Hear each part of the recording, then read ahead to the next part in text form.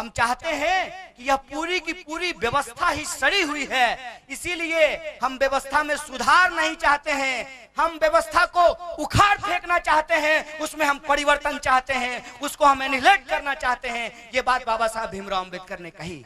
उनको कास्ट के अंदर ये नहीं कहना था कि हमको हिंदू बना लीजिए, हमको भी जो है मंदिर में प्रवेश करा दीजिए, हमसे जो है शादी विवाह करने लीजिए, सिर्फ इससे जाति खत्म हो जाएगा। वो कहते थे कि सोशल डेमोक्रेसी को अगर जब तक इंश्योर नहीं करते हैं तब तक समाज के अंदर शोषण खत्म नहीं हो सकता है। और सोशल डेमोक्रेसी को इंश्योर करने के लिए, स्थापित करने के लिए इकोनॉमिक डेमोक्रेसी और पॉलिटिकल डेमोक्रेसी दोनों को हमको स्थापित करना पड़ेगा। और उनके जो संघर्ष रहे थे, उस संघर्ष के बदौलत पॉलिटिकल डेमोक्रेसी इस देश में आई। तभी मैं आपको कह रहा था कि बेटा धीरू भाई अंबानी का हो या किसी जूता सिलने वाले का, दोनों का वोट बराबर किया गया है। और जब पॉलिटिकल डेमोक्रेसी मिली है तो हमको इकोनॉमिक डेमोक्रेसी की भी बात करनी पड़ेगी और इक्वल इकोनॉमिक राइट का सवाल हमको उठाना पड़ेगा।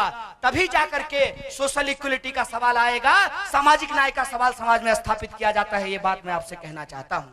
आज ही मैं एक अखबार के लिए एक आर्टिकल लिख रहा था, बाबा साहब के नाम एक संदेश, उनको एक चिट्ठी देना चाह रहा था। मैं उनसे बात करना चाह रहा था, ये मानकर कि बाबा साहब हमारे बीच हैं, क्योंकि व्यक्ति मरता है, व्यक्ति को मारा जा सकता है, विचार और विचारधारा को नहीं मारा जा सकता है, वो हमारे पास हमेशा जिंदा रहते हैं। और जब मैं उस चिट्ठी को लिख रहा था बाबा साहब के नाम, तो मेरे मन में कुछ सवाल आ रहे थे। मैं वो सवाल आपके सामने रखना चाहता हूं। सबसे पहले हमने बाबा साहब से माफी मांगी। हमने कहा कि बाबा साहब, युवा होने के नाते अपना बच्चा समझ करके हम कुछ गलती कर रहे हैं, उसके लिए आप मुझे माफ कर दीजिए। और हमने कहा कि इसके लिए सिर्फ मैं जिम्मेवार नहीं हूं, हमारे पूर्वज भी जिम्मेवार हैं कि आपने जो उनको संदेशा दिया था, आपने जो उनको रास्ता दिखाया था, आपने जिन विचारों की बात की थी, उन विचारों को छोड़ करके कुछ लोग सिर्फ और सिर्फ आपकी प्रतिमा पर पुष्प चढ़ा करके अपनी जिम्मेदारी को भूल जाना चाहते हैं। उनको लगता है कि सिर्फ एक दिन, कोई एक दिन बाबा साहब भीमराव अंबेडकर को याद कर लेने से अंबेडकरी जनता का कल्याण हो जाएगा, समाज में सामाजिक न्याय स्थापित हो जाएगा। मैं समझता हूं कि वो गलत हैं और उनको इस भुलावे में कभी रहना नहीं चाहिए। अगर हम बाबा साहब के सिपाही हैं, हम समाज के अंदर समानता को स्थापित करना चाहते हैं, शोषितों की एकता को सुनिश्चित करके तमाम तरीके के शोषण को खत्म करके एक समता मूलक समाज बनाना चाहते हैं, बाबा साहब भीमराव अंबेडकर के सपनों का भारत बनाना चाहते हैं, तो ये जो भक्ति पूजा चल रही है, इससे बाहर निकल करके उनके विचारों को अपने जीवन में आत्मसात करना पड़ेगा। ये सवाल आज हमारे सामने है। उसके बाद हमने कहा कि लेकिन ऐसा नहीं है कि हम में से कुछ नौजवान ऐसे नहीं हैं जो आपके विचारों को लेकर के दिन रात लड़ रहे हैं। और मैं सम्मान से नाम लेना चाहता हूं साथी रोहित वेमुला का। साथी रोहित वेमुला ने कहा कि इस व्यवस्था से टकराएंगे, इससे लड़ेंगे, इसके सामने झुकेंगे नहीं, बल्कि मर जाना पसंद करेंगे, लेकिन अपनी आवाज को दबने नहीं देंगे। और क्या लड़ाई है आज, देश के अंदर कौन से हालात पैदा किए गए हैं, उन पे जरा विचार कीजिए आप। मैं नागपुर से आ रहा हूं। पिछली बार भी मैंने ये बात कही थी नागपुर में कि नागपुर दीक्षा भूमि है। जब तक आपके रगों में खून बह रहा है, एक एक कतरा बह जाने दीजिए, लेकिन उस दीक्षा भूमि को संघ भूमि होने से बचाइए। ये सवाल आपके सामने है, ये बात मैं आपको कहना चाहता हूं। पूरी दुनिया में नागपुर को संघ भूमि के रूप में प्रचारित किया जा रहा है। मैं कहता हूं कि नागपुर, विदर्भ की यह धरती, ये महाराष्ट्र और पूरा हिंदुस्तान अगर किसी के भूमि के रूप में जाना जाएगा तो बाबा साहब भीमराव अंबेडकर की भूमि के रूप में जाना जाएगा, भगत सिंह की भूमि के रूप में जाना जाएगा, साहू जी महाराज की भूमि के रूप में जाना जाएगा, ज्योतिबा फूले और सावित्री ताई की भूमि के रूप में जाना जाएगा, सावरकर की भूमि के रूप में नहीं जाना जाएगा। ये सवाल आज हमारे सामने है। और ये जो करने वाले लोग हैं, आज वो सत्ता में बैठे हैं और उनका जो उन्माद है, सत्ता का जो गुरूर है, वो आज सामने आ रहा है। क्या कह रहे हैं? कह रहे हैं हम हिंदू राष्ट्र बनाएंगे, हिंदू राष्ट्र बनाएंगे आप। बहुत अच्छी बात है। कुछ दोस्त अभी मेरे पता चला बजरंगी हैं, काला झंडा लेकर के खड़े थे, तो मैं उनसे कहना चाहता हूं, मैं खुद काली गाड़ी में चढ़ करके आया हूं। रंग भेद करने वाले हम नहीं हैं, तरुण विजय हम नहीं हैं, हमको काले रंग से कोई दिक्कत नहीं है। तुम झंडा दिखाओ, लेकिन अगर मेरा खून खौलता है तो वो काले रंग से नहीं, तुम्हारे भगवे रंग से खौलता है। ये बात तुम याद रखना है। और इसीलिए हम तिरंगा को बचाने की बात करते हैं, इसीलिए हम संविधान को बचाने की बात करते हैं, इसीलिए हमने जो प्रस्तावना अभी पढ़ी है उसके एक एक शब्द को अपने जीवन में उतारना चाहते हैं। यही हमारी लड़ाई है, यही हमारा संघर्ष है। और इस लड़ाई को साथी रोहित वेमुला लड़ रहा था। क्या स्थिति है देश के अंदर? आप कहते हैं कि हमको वोट दीजिए, लोकतंत्र पे विश्वास कीजिए, यह आपका देश है, देश में अपना योगदान कीजिए, सबका साथ होगा, सबका विकास होगा। चलिए मान लेते हैं आपकी बात को, मान लेते हैं आपकी बात को, और कुछ सवाल आपसे पूछना चाहते हैं। सवाल यह है कि अगर ब्राह्मण का वोट, दलित का वोट बराबर, अगर काला का वोट, गोरा का वोट बराबर, अगर महिला का वोट, पुरुष का वोट बराबर, अगर बिहारी और मराठी का वोट बराबर, तो हमारी शिक्षा बराबर क्यों नहीं है? इस सवाल मैं आपसे पूछना चाहता हूं। हमारे हक और अधिकार बराबर क्यों नहीं है? यह सवाल मैं आपसे पूछना चाहता हूं। और यह सवाल मैं क्यों पूछ पा रहा हूं? यह सवाल मैं इसलिए पूछ पा रहा हूं कि महामाना बाबा साहब डॉक्टर भीमराव अंबेडकर जैसे लोगों ने इस देश के बारे में एक सपना देखा, और उस सपने को उन्होंने इस देश के संविधान में उतारा और कहा कि हम भारत के लोग। जब वो कहते हैं हम भारत के लोग, तो ये फर्क नहीं करते हैं कि हम ब्राह्मण, हम दलित, हम काले, हम गोरे, हम मराठी, तुम बिहारी, ये फर्क वो नहीं करते। और कहते हैं कि सबको समानता से रहने का हक है, सबको बराबरी का अधिकार है, सबको न्याय और आत्मसम्मान का हक मिलना चाहिए। इसी बात को सुनिश्चित करते हैं। और ये जब हम पढ़ते हैं बाबा साहब भीमराव अंबेडकर का पहला मंत्र, शिक्षित हो। जब हम शिक्षित होते हैं, अपनी पढ़ाई करते हैं, पढ़ाई करने के बाद जब हम अपने अधिकारों को जानते हैं, तो जिनका अधिकार छीना गया है, जो शोषित लोग हैं, चाहे वो गरीब हो, किसान हो, मजदूर हो, दलित हो, आदिवासी हो, पिछड़े हो, अल्पसंख्यक हो या महिला हो, उन तमाम लोगों की यूनिटी की बात करते हैं, हम शोषितों की एकता की बात करते हैं, तब हम संगठित होने की बात करते हैं। और संगठित होकर के किसी का वोट बैंक बनने की बात नहीं करते हैं। हम कहते हैं कि हम संगठित हो रहे हैं बाबा साहब के कहे विचारों के अनुसार, तो हम संघर्ष करेंगे अपने अधिकारों को लेकर के, अपने इमांसिपेशन को लेकर के, अपनी बराबरी को लेकर के। ये हमारा मूल मंत्र है। और इस मूल मंत्र को जब किया जाता है, तो हमारे खिलाफ एक साजिश रची जाती है। क्या बोल करके विरोध कर रहा था ये लोग बजरंगी, कि देशद्रोही को गोंदिया नहीं आने देंगे। ये साजिश क्या है?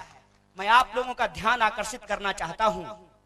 हैदराबाद विश्वविद्यालय में जो वहां के विद्यार्थी हैं, जो प्रगतिगामी हैं, जो समता मूलक हैं, जो बाबा साहब भीमराव अंबेडकर के रास्तों पे चलते हैं, जो भगत सिंह के विचारों को अपनाना चाहते हैं, जिनको इस देश के लोकतंत्र और इस देश की लोकतांत्रिक परंपरा में भरोसा है, वो लोग जब अपने हक की बात करते हैं तो उनको एंटी नेशनल कहा जाता है। आप लोग याद कीजिए कि रोहित वेमुला के पूरे प्रकरण में किस तरीके से चीजों को आगे बढ़ाया गया था। मैं आपको याद दिलाना चाहता हूं कि मुजफ्फरनगर में जब दंगा हुआ और उस दंगे के बाद 2014 के चुनाव में जब दंगे की फसल काटी गई और एक पर्टिकुलर पार्टी को बहुमत मिला, उसके बाद एक डॉक्यूमेंट्री बनी थी। उस डॉक्यूमेंट्री का नाम था मुजफ्फरनगर अभी बाकी है। और उस डॉक्यूमेंट्री को जब दिखाया जा रहा था, जब रोहित वेमुला और उनके साथियों के द्वारा शोषितों की एकता की बात की जा रही थी, तब यह जो बजरंगी लोग हैं, इनके कई सारे नमूने होते हैं, इनका अलग अलग नाम होता है, इनका खून खौलने लगा और वो लोग उस फिल्म को बंद कराना चाहते थे। मैं आपको याद दिला दूं, कोर्ट के कलाकार हमारे बीच हैं। ये फिल्म जब हम लोग जेएनयू में दिखा रहे थे, उस वक्त भी विद्यार्थी परिषद के लोग उस फिल्म का स्क्रीनिंग नहीं होने देना चाहते थे। यही स्थिति हैदराबाद में हुई और रोहित के साथियों ने वो फिल्म दिखाई और उन्होंने कहा कि दलितों का सवाल यदि सिर्फ दलितों का सवाल रहेगा तो इस देश का कल्याण नहीं हो सकता है। अगर मुसलमानों का सवाल सिर्फ मुसलमानों का सवाल है, इस देश का कल्याण नहीं हो सकता है। अगर महिलाओं का सवाल सिर्फ महिलाओं का सवाल है, गरीबों और किसानों का सवाल सिर्फ गरीबों और किसानों का सवाल है, तब तक उनका कल्याण नहीं हो सकता है। अगर हम सबके इमांसिपेशन की बात करते हैं, अगर हम सबको बराबरी का हक दिलाने की बात करते हैं, अगर हम बाबा साहब के विचारों के अनुसार जो कास्ट एट्रोसिटी है, जो स्ट्रक्चर है, उसको एनिहिलेट करने की बात करते हैं, जाति की खात्मे की बात करते हैं, तो हमको शोषितों की एकता सुनिश्चित करनी पड़ेगी। और इसी बात को मद्देनजर रखते हुए जब मुजफ्फरनगर बाकी का स्क्रीनिंग किया जा रहा था, उसको रोकने का प्रयास किया गया। और उसके बाद सैया भय कोतवाल तो डर काहे का, 283 का जब इनको बहुमत मिला है, हर एक कैंपस में इनकी गुंडागर्दी जारी है। और ये उस गुंडागर्दी के बदौलत वाइस चांसलर के पावर का मिसयूज करके, मंत्री के पावर का मिसयूज करके, जानते होंगे कि उस वक्त की मंत्री कौन थी, मैडम जी सास बहू वाली। वो मैडम जी चिट्ठी लिखती हैं उनके बारे में और उनको कहा जाता है कि ये लोग एंटी नेशनल एक्टिविटी कर रहे हैं। भाई मुझे बताओ कि इस देश की 125 करोड़ जनता में क्या अल्पसंख्यकों का अधिकार नहीं है? क्या वो इस देश में शामिल नहीं है? क्या इस देश की संकल्पना में इस देश के दलित शामिल नहीं है? क्या इस देश की संकल्पना में इस देश का जो वर्किंग क्लास है, जो मजदूर और किसान है, जो गरीब है, वो शामिल नहीं है? क्या इस देश की महिला और आदिवासी उसमें शामिल नहीं है? ये सवाल मैं उनसे पूछना चाहता हूं। और वही सवाल जब उठाया गया तो इनको एंटी नेशनल कहा गया। और वो जो एंटी नेशनल का इंजेक्शन ये घूम रहे थे लेकर के, उसी इंजेक्शन को लेकर के ये जेएनयू पहुंच जाते हैं और कहते हैं कि रोहित और उनके साथी याकूब के समर्थक थे, कन्हैया और इनके साथी अफजल के समर्थक हैं। अरे बेवकूफ, मैडम महबूबा के गोदी में बैठ करके सरकार तुम बना के हो और जो है अफजल गुरु के समर्थक हम हो गए हैं। अभी एक तमाशा हुआ है इस देश के अंदर। चंडीगढ़ के अंदर जो केंद्र शासित प्रदेश है, यूनियन टेरिटरी है, वहां के एक विश्वविद्यालय में छात्र फीस वृद्धि का विरोध कर रहे थे और 68 लोगों के ऊपर देशद्रोह का मुकदमा दर्ज किया गया है। क्या है मसला? मसला यह है कि हम कहते हैं कि दिन है तो कहो दिन है, हम कहते हैं रात है तो कहो रात है, नहीं तो तुम्हारे लिए सिर्फ हवालात है, सिर्फ हवालात है। तो मैं उनको बता देना चाहता हूं कि तुम जो आजादी से घबराते हो, हमारे ऊपर गुलामी लाद करके रखे हो। हम तब भी लड़ रहे थे तुम्हारे चाचा अंग्रेजों से, हम आज भी लड़ेंगे तुम भतीजे काले अंग्रेजों से और तुमसे आजादी लेकर के रहेंगे। ये बात तुमको बता देना चाहते हैं। ये सवाल को गुमराह करना चाहते हैं। बार बार राष्ट्रद्रोह और राष्ट्रभक्ति का एक झूठा षड्यंत्र रच करके हमको हमारे असली सवालों से भटकाना चाहते हैं। क्या है हमारे असली सवाल? बार बार कहते हैं कि इस देश के अंदर जो शोषण है, जो जातिवाद का अत्याचार है, जो मनुवाद का अत्याचार है, हमको उससे आजादी चाहिए। और इस देश की एक एक जनता जिसको बराबरी का हक संविधान के द्वारा दिया गया है, उसको बराबरी का हक मिलना चाहिए। लेकिन ये फर्जी तरीके से उस बहस को खड़ा करना चाहते हैं जिससे ये अपनी नाकामियों को छुपा सकें और जनता को गुमराह कर सकें। और गुमराह करने के तो अलग अलग तरीके हैं। आजकल इनको बड़ा प्रेम उमड़ रहा है बाबा साहब भीमराव अंबेडकर के ऊपर। तो आज बहुत शुभ दिन है अम्बेडकरी जनता के लिए। सब मिल करके जो है एक मांग कीजिए, और जो बजरंगी झंडा लेकर के खड़ा था उसको भी बुलाइएगा, क्योंकि आजकल वो भी जय भीम करने लगा है। कहिएगा बाबा साहब ने मनु स्मृति जलाया था, आओ कल गोंदिया के चौराहे पे मनु स्मृति जलाएंगे, है हिम्मत तो आओ, तब समझेंगे कि तुम बाबा साहब भीमराव अम्बेडकर के रास्ते पर चलने वाले हो। क्या बात है, कौन सी ऐसी चीज है जो बाबा साहब का फोटो तो ये लगा लेंगे, माला तो चढ़ा देंगे, लेकिन उनके विचारों को कभी नहीं अपना पाएंगे।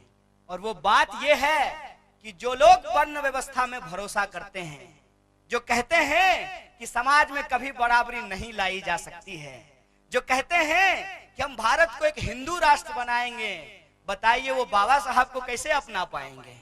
क्योंकि बाबा साहब ने कहा कि जब तक धर्म का ये शोषण है, ये जाति का शोषण भी रहेगा, और यदि आप जाति को खत्म करना चाहते हैं तो आपको धार्मिक पोंगा पंथ से मुक्ति लेनी पड़ेगी। ये सबसे बड़ा सवाल आज हमारे सामने है। और इसीलिए मैं आज जो चिट्ठी लिखने की बात की है उसमें हमने इस बात पे जोर दिया है कि बाबा साहब के सिपाही यदि आप खुद को कहते हैं, उनके सपनों को अगर आप समाज में लागू करना चाहते हैं, अपने जीवन में उतारना चाहते हैं, तो उनके विचारों को आपको उतारना पड़ेगा। और उन्होंने जो चीज हमको दी है उस एक एक चीज को हमको बचाना पड़ेगा। आप सब लोग अभी ये कैशलेस का ड्रामा देखे होंगे, और जब ये कैशलेस का ड्रामा आया तो रिजर्व बैंक ने कहा हमने लागू नहीं किया, सरकार ने कहा हमने लागू नहीं किया। तो मैं आप लोगों का एक ध्यान आकर्षित करना चाहता हूं इस पूरे मसले पे कि बाबा साहब का विचार था कि यदि हम भारत को एकता के सूत्र में पिरोना चाहते हैं तो हमको सिंगल करेंसी अपनानी पड़ेगी, और उस सिंगल करेंसी के लिए ही उन्होंने रिजर्व बैंक का कॉन्सेप्ट दिया था। बाबा साहब सिर्फ एनिहिलेशन ऑफ कास्ट ही नहीं कहते थे, बाबा साहब इकोनॉमिक्स भी पढ़ते थे और इस देश की अर्थव्यवस्था को भी बेहतर कैसे बनाया जा सकता है इसका भी विचार करते थे। इसीलिए उन्होंने साफ साफ कहा कि हमारे सामने दो दुश्मन हैं, एक दुश्मन ब्राह्मणवाद है और दूसरा दुश्मन पूंजीवाद है।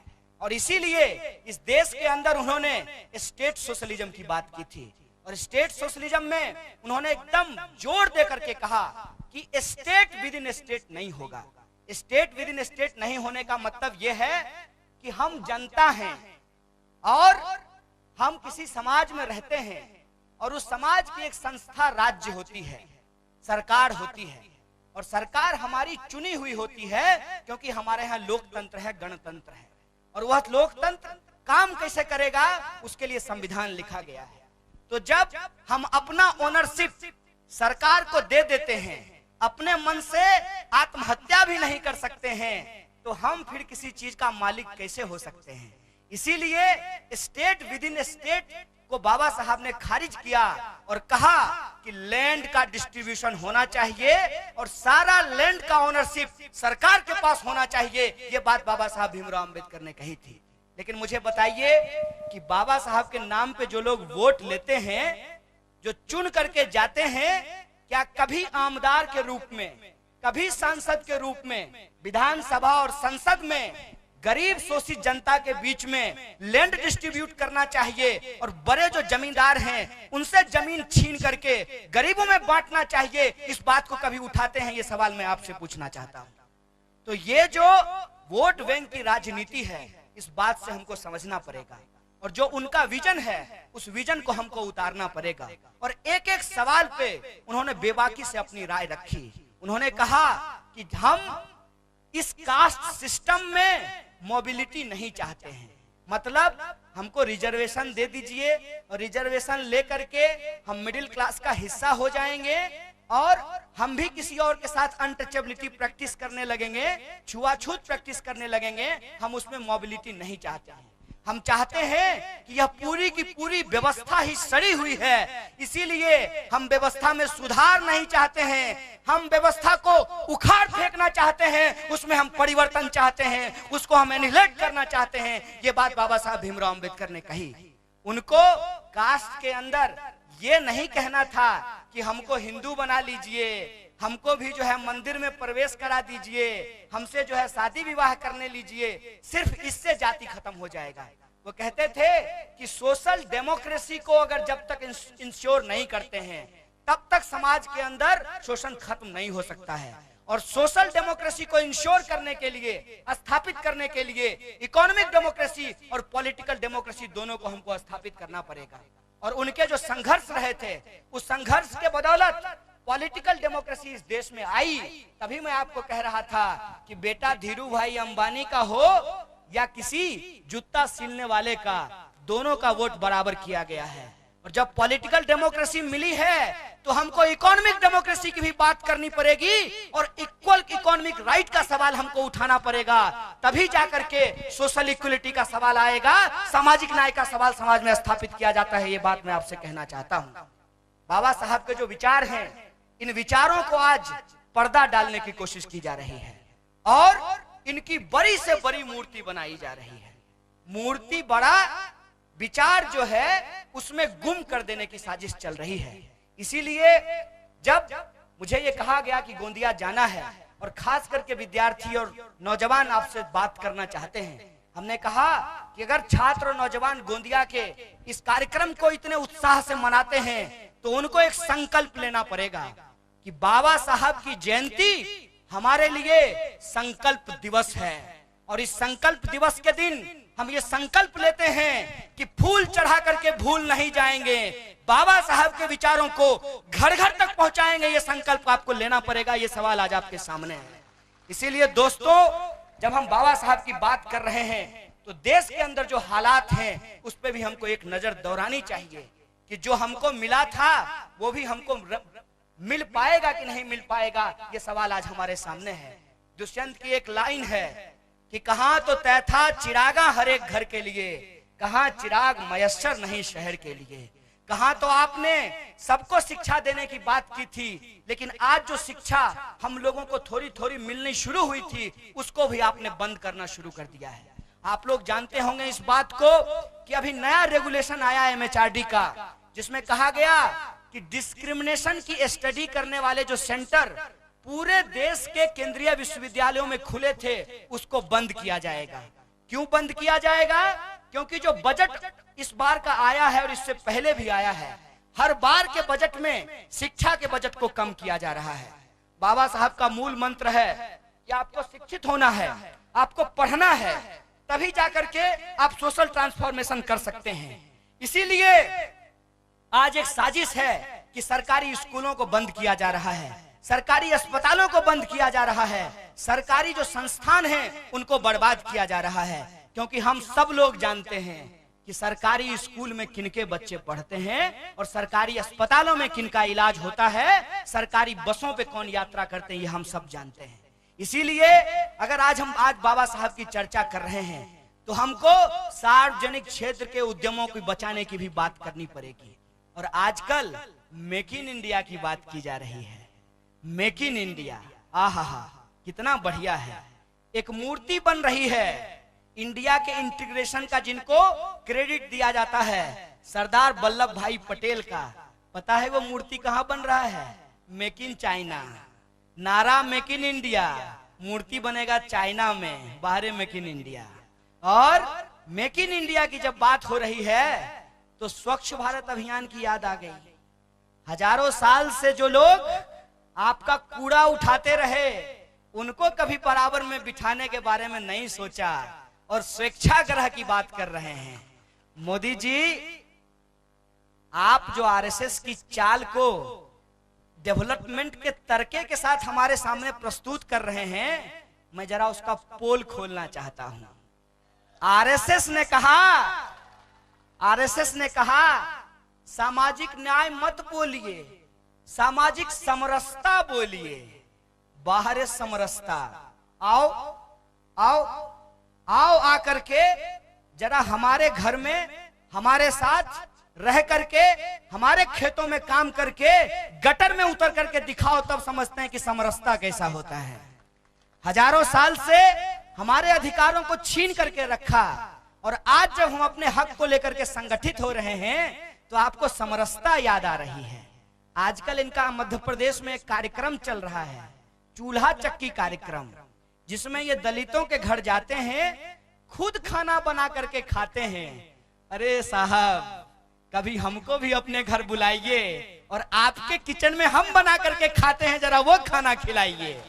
ये जो समरसता है, जिसके नाम पे आप एकल हिंदू का एजेंडा चला रहे हैं, तो हम आपकी ही बात मान करके आपसे कहते हैं, जरा ब्याह करवा दीजिए ना अपने घर में, तब बन जाएगा एकल हिंदू। जरा शादी कराइए, बेटी रोटी का संबंध बनाइए, तब एकल हिंदू बनेगा। ये सवाल मैं आपसे कहना चाहता हूं। ब्याह करेंगे अपने जात में, भोज खाएंगे अपने जात में, खाना पकाएंगे अपने किचन में, और धन और धरती बट के रहेगी अपना अपना छोड़ के। इसमें एकल हिंदू का एजेंडा नहीं चलने वाला है। और ये जो आपका माया जाल है, इस माया जाल का सच सामने आएगा। लेकिन अफसोस तो होती है, अफसोस तब होती है